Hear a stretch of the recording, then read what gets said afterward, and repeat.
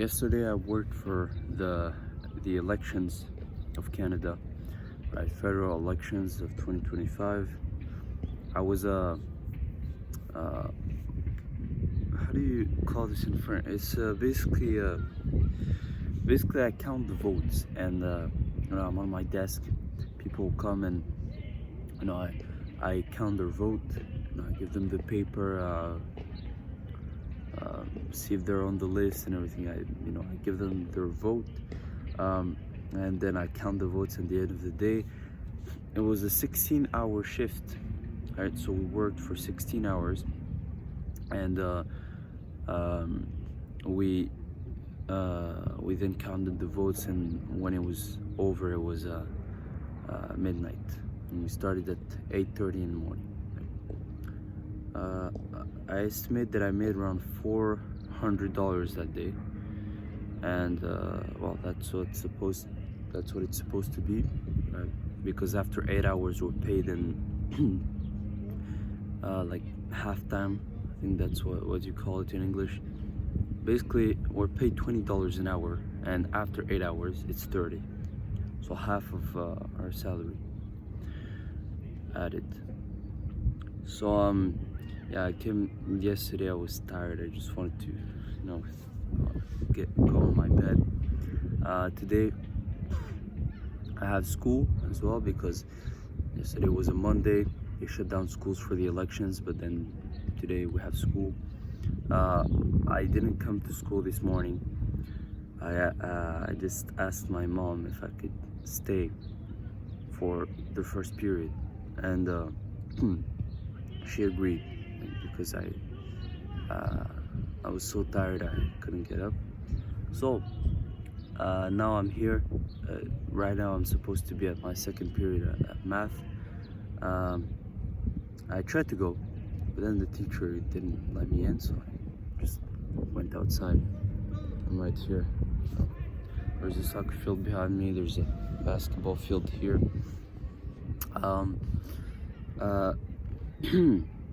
So I worked at the elections yesterday, and then yeah, so $400, which is an approximate, right? And also $60 for the training. We're paid for the training of 3 hours, which we were paid, so total $460. They said it will arrive between 6 to 8 weeks, though, because there's over 20,000 workers for the elections in Quebec. So it makes sense. It's 6 to 8 weeks for it to arrive in our bank accounts. That's about it. I think yeah, I think that's it. Well, I didn't go to this period. Right now I'm making this video, then I'm gonna go to the library to work on my apps, and I might as well launch a store, actually, but do it the right way, because last time I did it, it was catastrophic. Even my friend, well, I wouldn't say catastrophic, it was good. The business was very good and everything was clean, but the thing that I didn't really consider, and I wish that I considered and took care of, was the legitimacy of it. So basically, when I sent products to customers, sometimes the product gets damaged or something like that. Sometimes it's not even the right product. Sometimes it's not even as described, because I didn't review my suppliers properly, right? I just took any product that looked like this one, boom, there we go. Well, it looked the exact same, but then they send a different one. Sometimes they get lost, and so I gotta pay. I paid for some of them, but there are some of them where I didn't pay, which I hate to do. I didn't pay because this one was apparently lost, but then when I got the notification, it was at his house. So I'll get a little suspicious. Did he just pretend like he got lost? I can't confirm. I don't know. I can't ask him to take a picture of it because he'll tell me that it's um, it's lost. He doesn't have it. Porsche pirates as well can happen, and then sometimes they'll blame me for it while I'm just a store, right? And so I rely on other delivering companies to deliver it to them, like UPS, sometimes through Amazon, so, some other things like that, FedEx.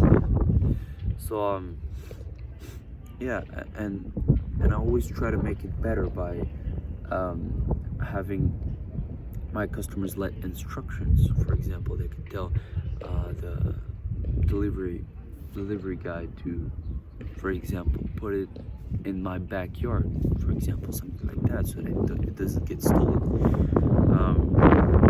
which I often do.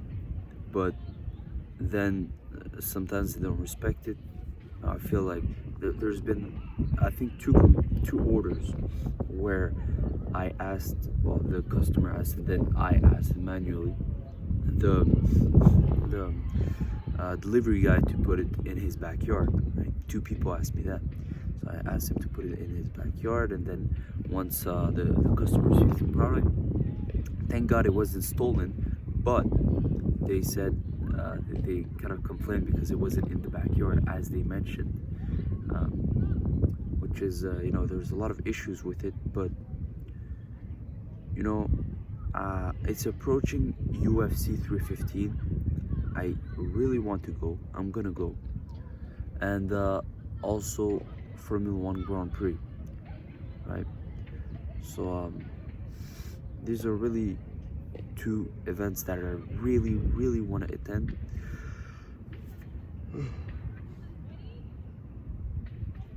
It's like I can't miss them. UFC, I've been watching it for a long time. I'm a very fan. Plus they're coming here in Montreal for the first time in 10 years, I think, and we've got two title fights, right? I don't know why people are hating on Bilal Muhammad. He's not a bad guy. What is it? I don't understand this. He's a good guy. Maybe I'll change my mind after I see him. Maybe it can happen, but I doubt it. He looks like a very nice guy, and he's good. He's better than people think, in my opinion. Alright, so UFC 315, the tickets are expensive as hell. They're like 300 minimum Canadian, so that's around 220 maybe, 220 USD, somewhere like that. So there are 300 Canadian, and it's minimum. And with 300 USD, you're in the back, very back, and on the farthest side, meaning it's not really you've got the octagon in the middle, and the arena is a rectangle, so you're at the edge of the longest side of the rectangle. So UFC 315, I'm gonna go to the weigh-in with some of my friends. We're gonna not go to school that day. I don't know who will agree, but some of them already agreed, some not yet. So we'll just not go to school, and we'll go wait at 1. It's first come, first serve. It's free to attend, so why not, right? Then I'm gonna go to the UFC 315 the other day, and then Formula 1. It's I got a couple tickets right now. I'm trying to resell them, right, to make some profit, and then be able to pay the tickets that I'm gonna buy for me and my friends. This year I might not buy the tickets for my friends like last year. Last year was very different. The tickets arrived earlier, and they were available earlier, Uh, I, I, Last year I was able to resell them very well, but this year it might not be the case. You know, the QR codes haven't even arrived. The tickets are. I noticed there's less people selling them and less interest. Less interested. Maybe it's a coincidence or something. It might be. Uh, Last year I had a supplier, a guy who gave me tickets for a bit cheaper than usual, and this year his prices are way up. But when I look at the website for the Formula One Canadian Grand Prix, the tickets appear to be the same price. So I'll do that. I'll continue developing my app too. But yeah, I really want to resume the e-commerce store, but do it the right way, the most right way possible right now.